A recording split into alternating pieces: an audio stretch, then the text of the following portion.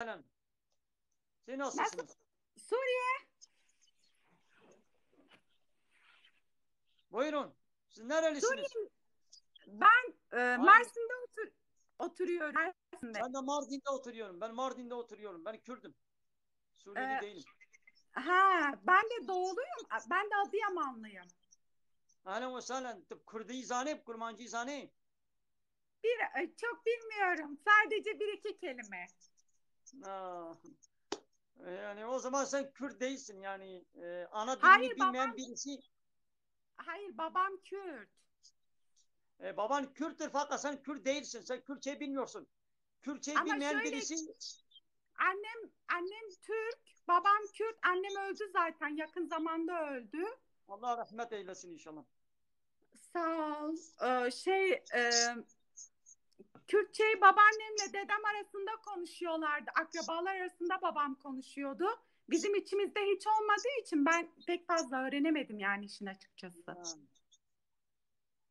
Tamam. Buyurun. Senin sormak istediğin dini soruların var mı?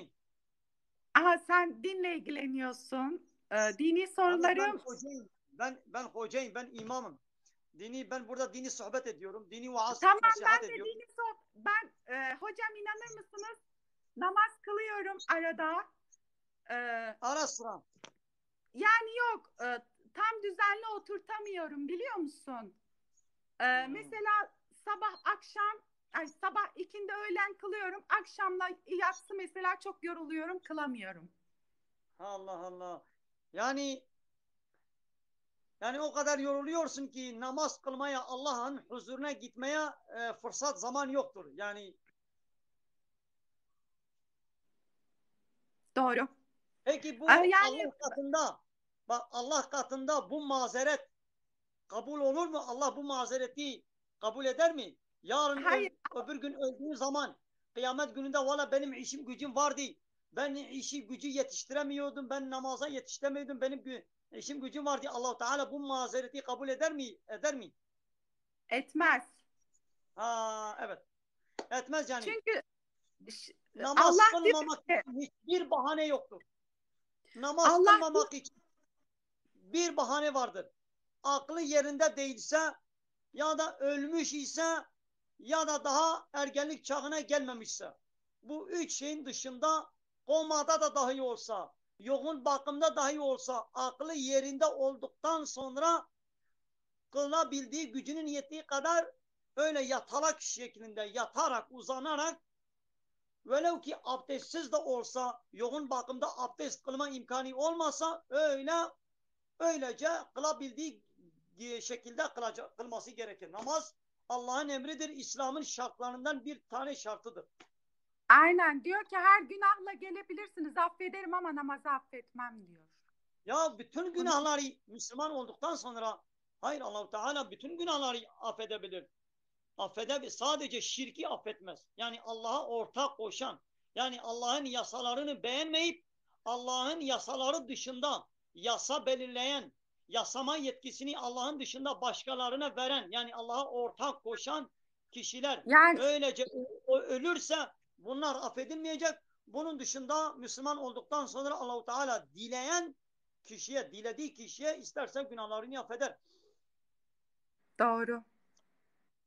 Ama şimdiki gençlerimiz hiç dinle alakaları yok. Ya ben de mesela bu TikTok'a falan giriyorum. Hocam bir şey sormak istiyorum. TikTok'ta mesela dans falan ediyorum. Şarkı söylüyorum. Bu çok günah değil mi? Valla sen TikTok'ta velev ki sen ilahi de söylesen, bırak Çok günah. şarkı söylemesi, sen ilahi de söylesen yine de günahtır.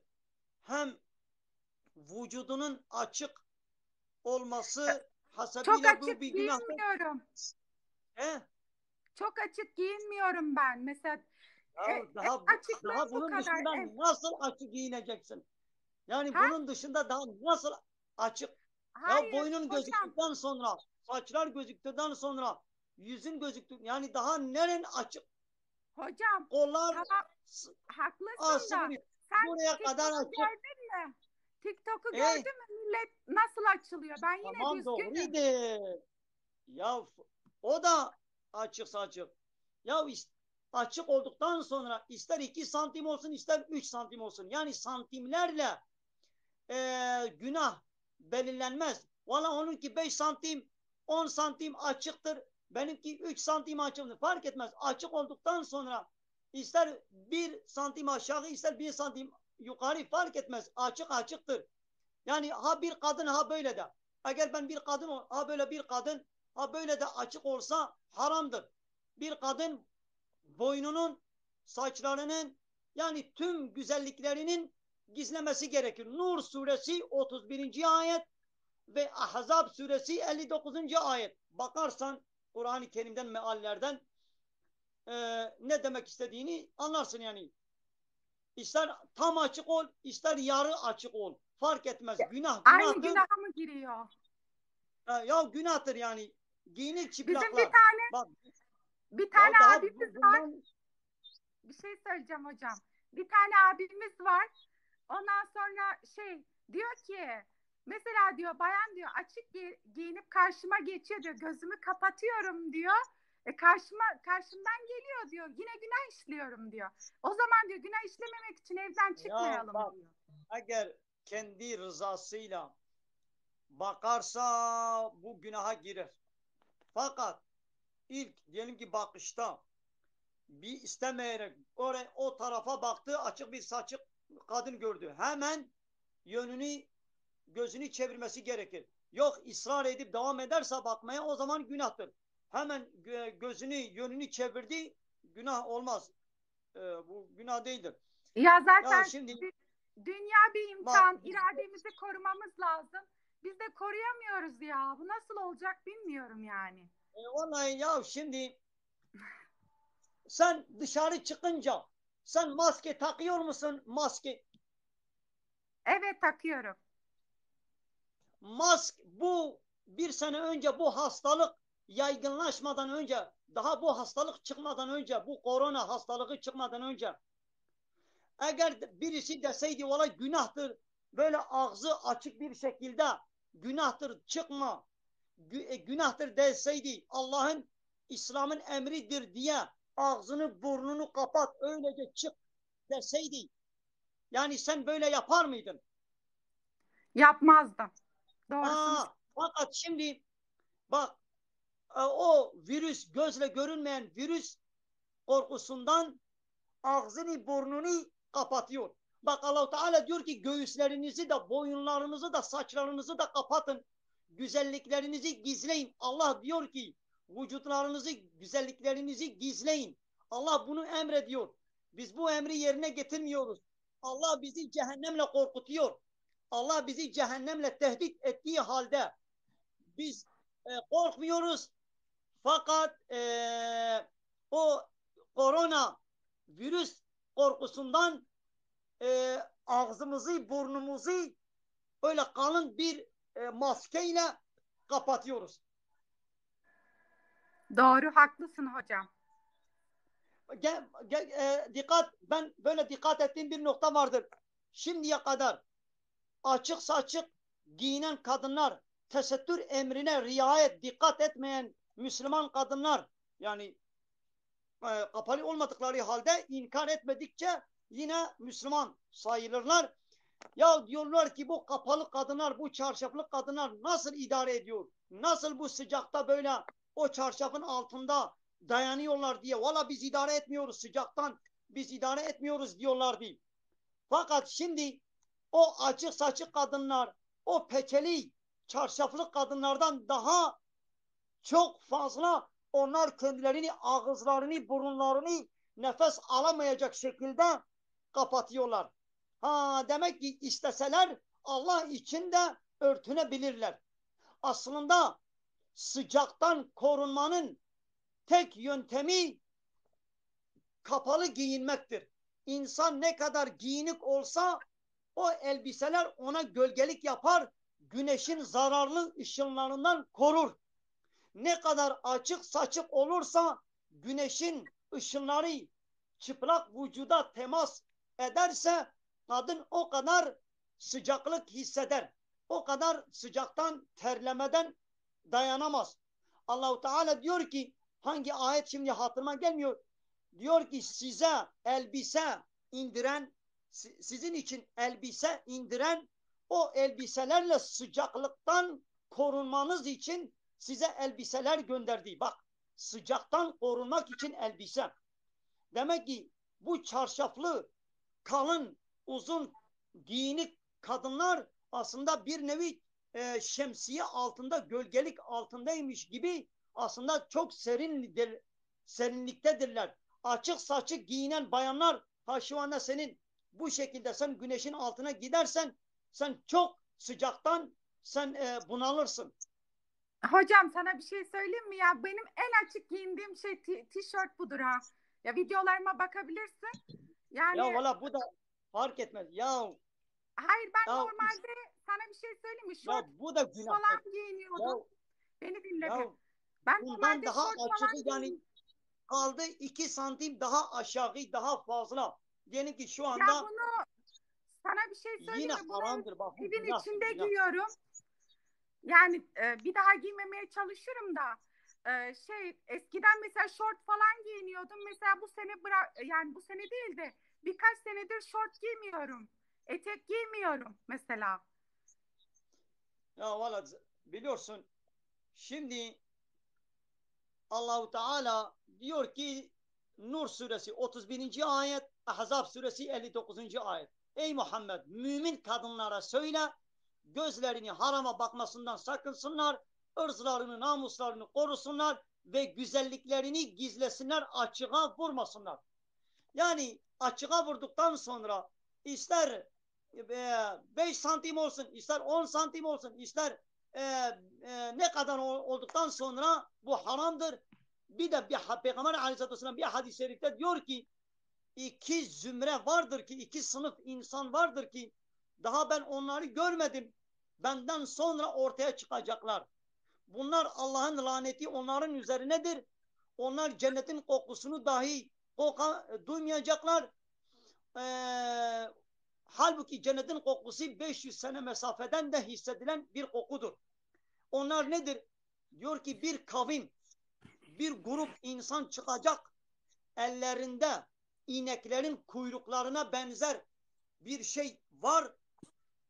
Çarşılarda, pazarlarda insanları dövüyorlar. Kralların, yöneticilerin emrinde olan bir zümre, bir sınıf insan olacak. Onların elinde inek kuyruğuna benzer bir şey olacak ve onunla insanlara vuracaklar. Zulmedecekler. Bunlar bir. Allah'ın laneti bunların üzerinedir. Bu bir. İkincisi, öyle giyinik çıplaklar çıkacak ki, giyinik çıplaklar. Ve saçlarını kafasının arkasında böyle top gibi, deve hörgücü gibi top yapıyorlar. O giyinik çıplaklık sebebiyle o kadar giyinik çıplaktır ki, yani üzerinde elbise var. Yok değildir, vardır.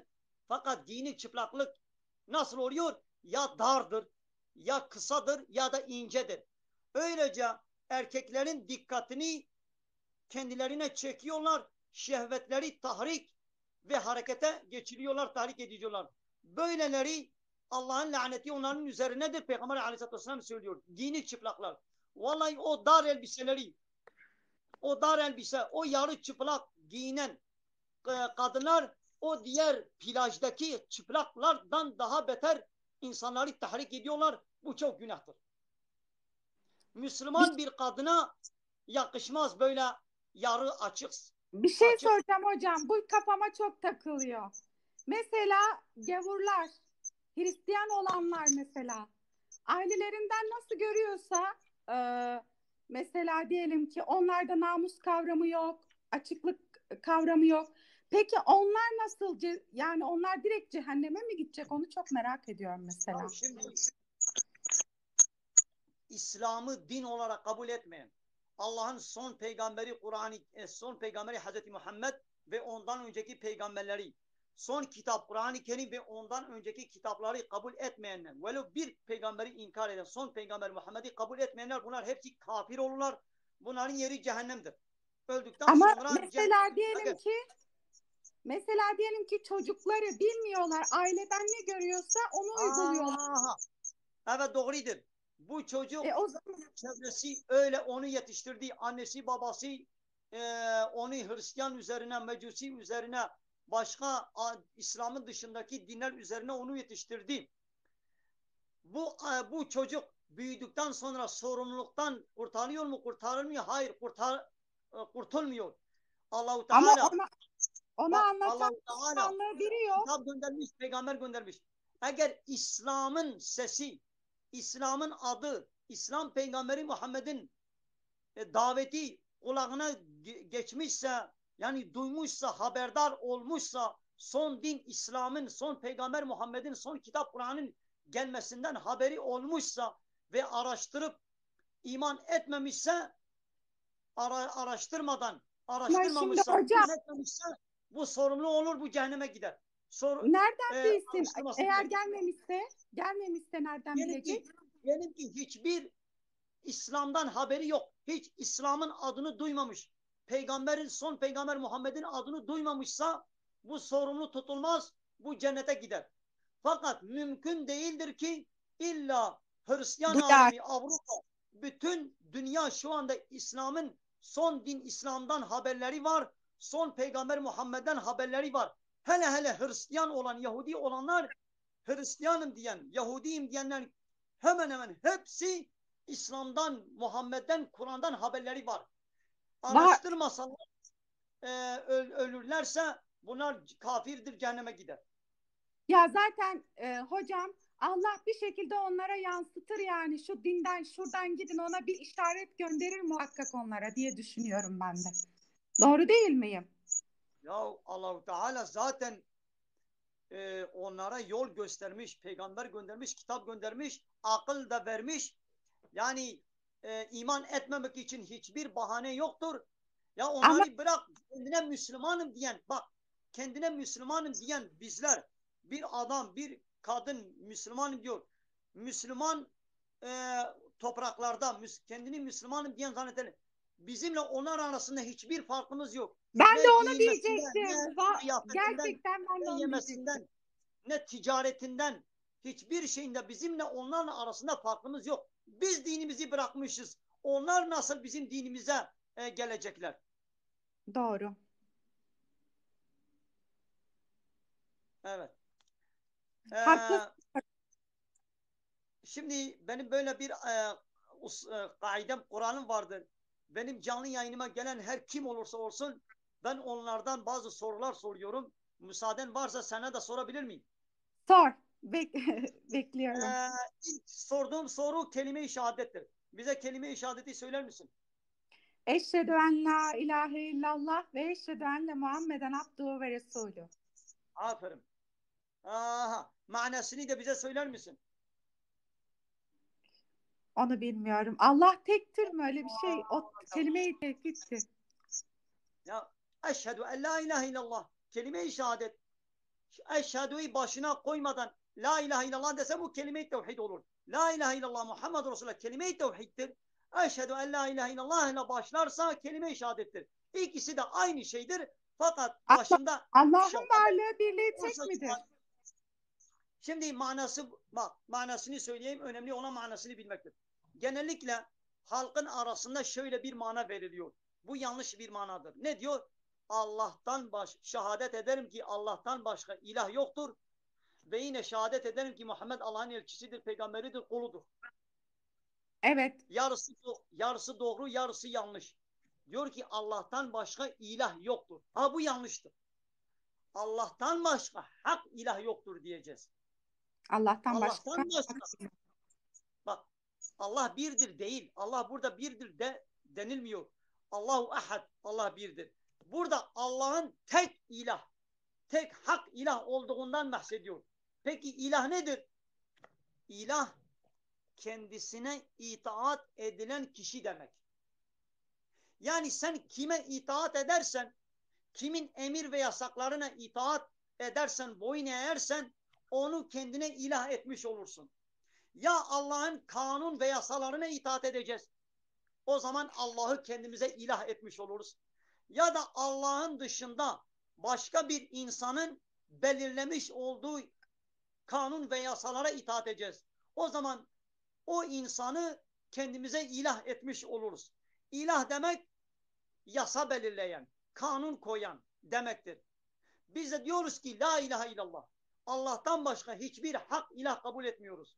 Yani ilahlık hakkı, yasama yetkisi, kanun koyma yetkisi sadece ve sadece Allah'ın hakkıdır. Bu hakkı Allah'tan başka kimseye tanımıyoruz. Allah'ın dışındaki tüm sahte ilahları, sahte kanun koyucuları red ve inkar ediyoruz. Evet. Manası budur. Acaba Allah'ın dışında kendini ilah kabul edenler var mı? Evet vardır. Şeytan demek değil mi? Vardır ki Allah diyor ki onları reddedin. Yani her dönemde şimdi de kıyamete kadar da Allah'ın yasalarını beğenmeyip Allah'ın yasaları dışında kendilerine yasa belirleme hakkını kendinde tanıyanlar ve insanları o yasalara göre yönetenler birer sahte ilahdırlar. Allah diyor ki bu sahte ilahları red ve inkar edin, onlara la deyin. La hayır demek. Red ve inkar ediyorum demektir. Başka sorun var mı hocam? Valla bir tane daha soru vardır. Sor. Allahu Teala Bakara suresi 256. ayet-i kerimede diyor ki her kim tağutu red ederse, tağuta karşı kafir olursa ve Allah'a iman ederse o kopmayan sapasağlam bir ipe, bir kulpa sarılmış olur. Diyor ki tağutu red eden. Peki tağut nedir ki red edelim? Tağut nedir? Her Müslüman Allah'a iman etmeden önce tağutu red ve inkar etmesi gerekir. Tağuta karşı tağuta kafir olması gerekir. Kafir demek inkar eden demektir. Yani biz önce Allah'a inanmadan önce Allah'a inancımızın geçerli olabilmesi için ilk önce tağuta karşı kafir olmamız gerekir. Yani tağutu red ve inkar etmemiz gerekir ki Allah'a olan imanımız geçerli olsun. Peki bu tağut nedir? Hiç duymuş musun? Tağutun ne demek olduğunu? Hayır duymadım. İlk defa sizden Tağut duyuyorum. demek Arapça bir kelimedir. Tağut demek haddini aşan kişi demektir. Peki nasıl haddini aşmış? Firavun gibi. Allah-u Teala Musa peygamber ve Harun peygamber ikisi kardeştir, peygamberdir. Diyor ki Firavun'a gidin ki o haddini aştı, tağut oldu. Peki Firavun ne yapmıştı ki haddini aşmış oldu, tağut oldu? Mısır halkına ve sarayındaki yöneticilere, o vezirlerine, bakanlarına dedi ki siz benim için, sizin için benden başka hiçbir ilahınız yoktur ve ben sizin en büyük Rabbinizim. İlahlık iddiasında bulunan, Rablik iddiasında bulunan her kişi tağuttur. Yani Allah'ın dünyasında Allah'ın göndermiş olduğu anayasayı, Kur'an-ı Kerim'i ve Peygamberimizin sünneti beğenmeyip Allah'ın dışında Allah'ın kanunlarına zıt kanun belirleyenler bunlar hepsi birer tağuttur. Birer haddini aşan kişilerdir. Bu tağutları red ve inkar etmemiz gerekir ki Allah'a olan inancımız geçerli olsun. Allah'la beraber başka ilah ve Rabler kabul edersek bu Allah'a ortak şirk koşmuş olur. Allah bu imanı kabul etmez. Doğru, haklısınız hocam. Valla şimdiye bir tane kadar daha benim soracak mısınız? Valla soru sormayacağım. Fakat sana teşekkür ederim ki bu kadar beni sabırla dinledin. Şimdiye kadar senin gibi açık saçık kadınlar benim canlı yayınıma gelir gelmez bakıyorlar ben hocayım. Ben dinden bahsedeceğim. Hemen bir kelime daha etmeden hemen kamerayı kapatıyor, kaçıyorlar. Sen sabırla dinledin. Sen kaçmadın. Kamerayı kapatmadın. Dinlediğin için teşekkür ederim. İnşallah tövbe edersin. Olur mu Tam hocam? Siz de güzel bilgiler verdiniz. İnşallah tam tesettüre giyinirsin. Allah'ın tesettür emrini, namaz emrini, Nur suresi 31. ayet ve Ahzab suresi 59. ayetini inşallah uygularsın. Ayaklar altına almazsın. Tövbe edip Allah-u Teala bütün günahları affeder. Namaza başlarsın. İnşallah Allah-u Teala hepimize... Namaz kılıyorum zaten hocam. Namaz kılıyorum ama hani dedim ya. Namaz da Allah'ın emridir. Tesettür de Allah'ın emridir. Sadece Allah Kur'an-ı Kerim'de namazdan bahsetmiyor. Allah'ın birçok binlerce emir ve yasakları vardır. Evet, haklısınız. Dinlediğin için teşekkür ederim. Evet hocam.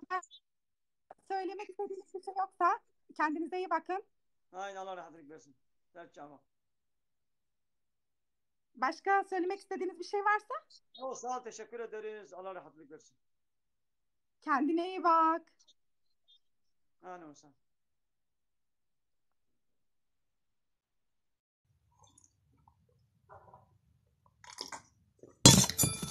گلی تماشاوانا اوه پیره که مالاوی آبا خودش راضی به خود تعالی مشی ویشی هدایت بکه باش گوداری کر دگل گو من بحثا رطبونا ویشی کر من بحثا تازیبونا ویشی کر بالصبر گوداری کر وکه هنک دن نکر اوانی دنیا همه چاوا بچع متکفن وکه گو مشک بچع پسیکه بکوی وکه گو پاس بچع گر بکوی وکه گو مریشک بچع روفی بکوی باز بدن و باز ندا